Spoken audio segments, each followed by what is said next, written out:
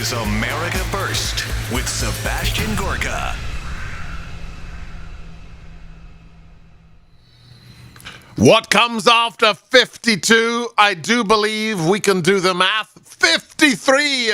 1 year and one episode. Episode 53 of the Battle for 1600 with me, Sebastian Gorka, host of America First, and my good friend, former White House colleague, former strategic advisor to the Trump campaign, the Baron, Boris Epshteyn. Welcome back to episode... Where's the beard? That's it. Listen, here's the deal. My parents came in.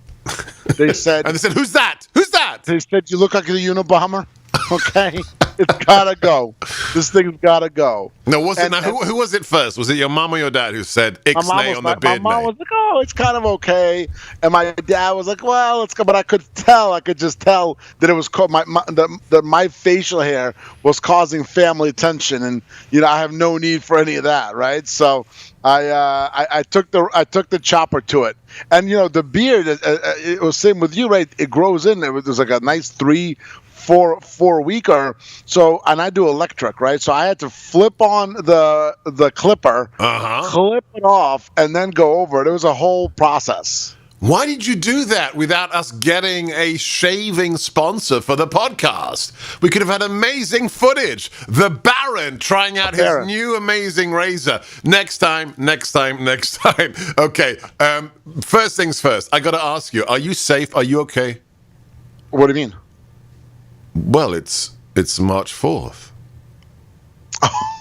I mean, What is March 4th? Are the QAnon hordes not around you? Are they not surrounding you? Because, they said, there's still 6,000 National Guard in D.C. because the hordes, the bison men are coming. QAnon said so. How many showed up? Well, I think it's a very round number. I think the roundest number. The roundest of all the numbers. The roundest of all numbers. It's zero. But this is absurd. So today, the original Inauguration Day, March 4th, was meant to be the day where Donald Trump comes back and takes over control and QAnon and blah, blah, blah, this. Nothing. Zip. Squanzoli. Nancy Pelosi canceled Congress today. Why do you have the fences and the National Guard? Why are you canceling if you've got the security? And just today, latest news, I've got to share with you, Boris, today, with zero threat revealing itself, the police have requested, the Capitol Police, I think it's Capitol Metro, that the National Guard stay here for 2 more months, Boris. Well, it's interesting, the Capitol has a lot of... obviously Capitol Police, National Guard, but what they don't have is they don't have a president giving us a joint session. And as you remember, in February when you and I were at the White House, President Trump delivered a thundering speech to the joint session. For those of you at home, the first speech after the president is inaugurated is not called the State of the Union. The State of the Union are the subsequent ones. The first is called an address to joint session. And it was an unbelievable experience. I got to be in the chamber when President Trump delivered it. Yeah, I was there. Wow. I got my role was a little bit of insight. Shall we tell some stories? Let's tell some stories. So, by the joint session speech, the day of the speech, I don't think I've ever told this story publicly. Mike Flynn had already been fired or resigned. Right. And I think he arrived that day. I think this was the day he'd arrived, or at least it was the day he moved into the offices. General McMaster had arrived as the new National Security Advisor. And the speech had been written by, the great speechwriters. You know who they are. I'm not going to give their names away. This amazing speech for the joint session had been written for the president. And I was the guy. I was volunteered. You know what volunteered means? Right. To go and tell H.R. McMaster about the national security element of the speech, because do you remember back then, what was it, 5 years ago, that the mainstream media was this crazy conspiracy theory, this fake news that he's going to go soft, on ISIS, he's going to go soft on the radical Islam stuff, he's not going to say evil and radical Islam, he's going to go soft. This is his first proof that Donald Trump isn't who he says he was. And of course, the speech was the hardest core thing you've ever seen. And I was the guy, strategist to the president, who was told, you are going to go and tell the new national security advisor what the president is saying in his speech today. So he's on message as well. And I go into his office, the tiny national security advisor's office off the end of the West Wing. Oh, right there to the right, yeah. Right. And I'd known him. We'd actually shared a podium. We'd been on a panel together at, where was it? VMI. Yeah, Virginia Military Institute. So I knew the guy. I knew General McMaster a little bit. Not a big fan of his for various reasons. And I said, General McMaster, I'm here to share with you the contents of the national security portion, and to be clear that we are sticking to the language Mr. Trump used when he was a candidate, that radical Islam is the threat. The guy flipped. He went bat guano crazy. I mean, really? I'm not joking. He started shouting at me. He said, "Do you think I just fell off the effing turnip truck yesterday?" This is in the West Wing on his first day. I mean, he was like nuts. As if I guess he thought I was lecturing him, not that I was the messenger saying. You were just giving information. This is the president's speech, and we want to make sure that you know what he's going to say. He took it personally. He went nuts. I calmed him down, and I said, "We're just making sure that everybody's using the same, terminology in the administration. You've just arrived. He's literally moving in." He went crazy, and I left it at that. Left in the speech, and I left the thing. I have to end the story. The same man, 5 hours later, bumps into me in the corridor, and he says, "Seb, can you come in here? Can you come in here?" And I was kind of trepid. Is he going to scream at me again? And he said, "I need your help. I need your help. I know you're good with media issues. The Politico is going to write a story about me leaking to the press. What do I do?" And I thought, hang on. Maybe don't leak to the press. Are you the same HR McMaster who went nutso 5 hours ago, and now you want me to do you a favor? All I'm saying is there are interesting characters in DC. I'll leave it at that. Am I right, Boris? Sure. Well, there's no doubt about it. And, that was a fascinating time early in the White House. That was a big speech, a major speech. My job was to prepare the surrogates. So I was having rolling calls with, all our outside influencers and talking them through what was going to be in the speech.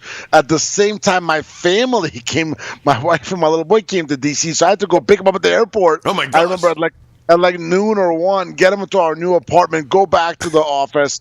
And then, it was amazing. Got to go in the motorcade, I believe, now that I think about it. Where did you sit? Where did you sit in Congress? Where were you? Because my job was to get the surrogates and get them on TV, I was right in that galleyway behind the rows, right? So I was between the cloakrooms and the chamber, the seating area. Had you ever been there? Had you ever been in the chamber before? I think to tour it, I'd been there before, but it was unbelievable. I was, probably half a foot away from the president as he walked in the room when he was announced by the sergeant at arms. And then I actually got to hang out in the cloakroom a little bit with some of the members, and they're back there smoking cigarettes, watching this. What? Smoking cigarettes? Yeah, because it was John Boehner's cloakroom. So, the inside truth. You get it from the Baron here.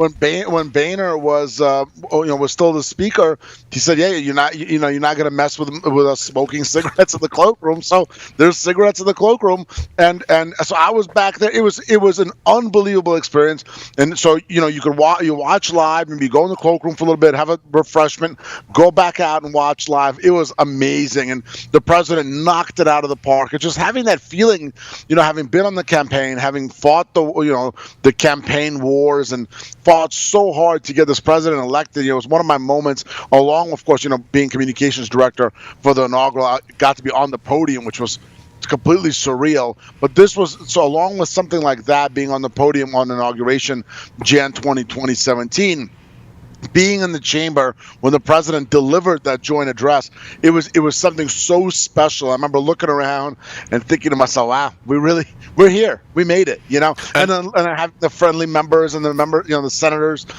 in the crowd saying hellos. It was a very cordial atmosphere on the Republican side. Can't speak to what the Democrat side's like. I have to just recommend to everybody, it's easy to forget it, but these things are good for the soul when they're done well, when they're done by somebody who loves this country. And it's the easiest thing. You can read the text, you can get the text online, but you can just go online and watch the video of Donald Trump's first address to the joint session of Congress, and it'll make you feel good. But we don't have to do that anymore. You should, but you don't have to. Have we even discussed the Sunday speech, Boris? Well, so we haven't discussed the Sunday speech, but let's finish the why are we talking about the president's joint address? It's because the guy who's in the Oval now, yes, the artist formerly known as Joe Biden, he hasn't given an address. And yesterday he was talking to some members of the House, said, I'm by the way, I wasn't clear to what he said. Was that I'm willing to take questions? It was I'll do whatever you want, he said. It's to somebody named Nance. It was some garbled mumbo jumbo, and then next thing you know, the video cuts out. There's a phrase in Russian: "Konyets filmu," end of movie, right. End of pull the cord. We're going to play that on the radio show today. It's almost surreal, Sebastian. So the fact of the matter is this: President Biden has not given a joint address, a speech to the joint session. He has not given a press conference, which is a 1 in 100-year event. Jake Tapper, I'm not joking. Are you trying to ruin my day? Why do you mention Fakey Jakey? Fakey Jakey tweeted about Biden not doing a press conference so far. Whoa. Joe Biden's lost Jake Tapper. So let's add it all together, because I don't know how many people listen to the podcast and then catch every day of the show. We had, was it yesterday? I think it was just yesterday. We had Daniel Payne from Just the News on, and he'd written a great piece. So this is just week 7 of the administration. Not only are there still no visits to the White House. You can't go on a tour of the White House. Konyets filming, none of that. They have disabled the comments on Biden's YouTube page because they weren't getting the comments they wanted. They have refused to release the virtual visitor logs because most business is being done, through Zoom calls and whatever. They don't want to. This open administration is refusing. It's transparent. They're so transparent that you're not allowed to see who the president is talking to through Zoom. On top of that, the comment line where you can call in and say, "Hey, I don't like President blah blah's executive order," shut down. There is no comment line. You can't leave comments in the White House. And what's the last one? Oh, yes. The petition website, which was super popular, set up under Obama, super popular under President Trump, where if enough people support a certain issue, whatever it is, the White House has to address it. The petition page of the White House is shut down. And no State of the Union, no joint session. What's going on? A non-existent president is what's going on. Yeah. And by the way, the vice president making calls to other heads of government. Right. like the Prime Minister of Australia, President Macron of France. So, and at some point, we just got to be honest, right? Got to look at Biden and say, this guy's not up to being president. There's no way that is who's running our country. And if it is, that's scary. I tweeted out that video of him yesterday during that session with the members, and I said, forget politics. Yeah. Let's put politics to the side. I disagree with Joe Biden on almost everything politically, okay? But just the fact of the matter that this person who's obviously declining rapidly is our president, that is so worrying. I'm somewhat worried for him, but I'm more worried for our country. Absolutely. Now there's talk about taking his war powers away. 31. Bipartisan talk, by the way. 31. I read the letter. 31, not Republicans, Democrats, sent a letter that wasn't classified. It was leaked or released to the press, where they said, we don't want you, our president, our Democrat president, to have nuclear launch authority, which is not so good. I mean, come on. Since we've had nukes, it's the commander-in-chief. They want, and for those who missed this is stunning. 31 Democrats, including your favorite Rashida Tlaib and Ilhan Omar, have stated... They are some of my favorites. I mean, they are my favorite anti-Semites. As someone who's 100% Jewish. As a Jewish American, there you are, your favorite anti-Semites. As a proud Jewish American, you know why? Because they're the dumbest anti-Semites. They just are continuously walking into walls with their ridiculous comments. So your favorite Democrats have suggested, this is amazing. As a guy who national security is my thing, they've got multiple suggestions. First suggestion is a doozy. They want Biden to relinquish sole authority and only be able to launch nuclear war if Nancy Pelosi, the Speaker of the House, and Kamala Harris say, yes, Joey, you can do it. The last one is the best of all. They've got like 4 different versions. This is the best, because you know the swamp. They want to have a committee of Congress that will decide whether or not the president should launch nuclear weapons. I mean, talk about dumb. Talk about stupid. The committee of Congress can't even decide when to go to the bathroom. They're not even here today. I mean, look, because QAnon is coming, Nancy shut Congress down, so today's the day that China should invade because, the committee would be back home. We live in a scary time. It feels like we have a non-existent government, okay? We're going nowhere. You need to write that. I'm going to give that to you. You need to write that article, Baron. The non-existent president. I love that. I love the non-existent president. I'm going to do it. I'm going to put it out. Watch out for it. There's an op-ed coming. Maybe tonight over a cigar. I'm going to put it together. All right. By the way, we haven't talked about this. Most important, presidency, memories, nuclear war. Most importantly, what have you been smoking? How's it been going? I was worried you're going to ask me that. Okay. Have you been slacking? I have been massively slacking. I haven't had a cigar. Am I allowed to say this? I haven't had a cigar since my cigar buddies, you, and my son have left the swamp. My son is in California. Boris is in his bunker. I haven't had a cigar since my smoking buddies. But I have a little business I'm doing this weekend. I have to travel. There's a foundation that raises money for Marines who've been killed or heavily wounded in a special operations mission. And they're having their annual fundraising gala. And we're going to a hotel in an undisclosed location where you can smoke cigars. So wish me luck. I don't know what I'm going to take with me, but there will be at least 3 cigars smoking. It's a new word. They will be at least smoking this weekend. So I'm going to catch up. I'm going to catch up. And I would like next week, we're going to need a full report. It could be a bullet point form, preferably with pictures of which cigars you chose to smoke. I'm going to take some Gorkas, that's for sure, because of our buddy. Got to take some Gorkas. Maybe an Oliva, and I'm going to leave the third one as the mystery. I will report next week. Is that good? That's great. I'm planning to smoke a Gorka tonight. Nice. Our friend sent me, our friend Kaiser Hansocius sent me a couple of good ones, so I'm really looking forward to it. Gorkas, they're strong. They're good cigars. I've been smoking some Trinidad's lately, some Hoya de Monterey's. Nice. I'm excited I'm excited for Now, that. For I'm that a bad boy. I can go weeks without smoking, but when I smoke a cigar, you know me, I like massive. I like 60 gauge, long cigars like Churchill's. I'll have at least 2 of those and maybe a cigarillo.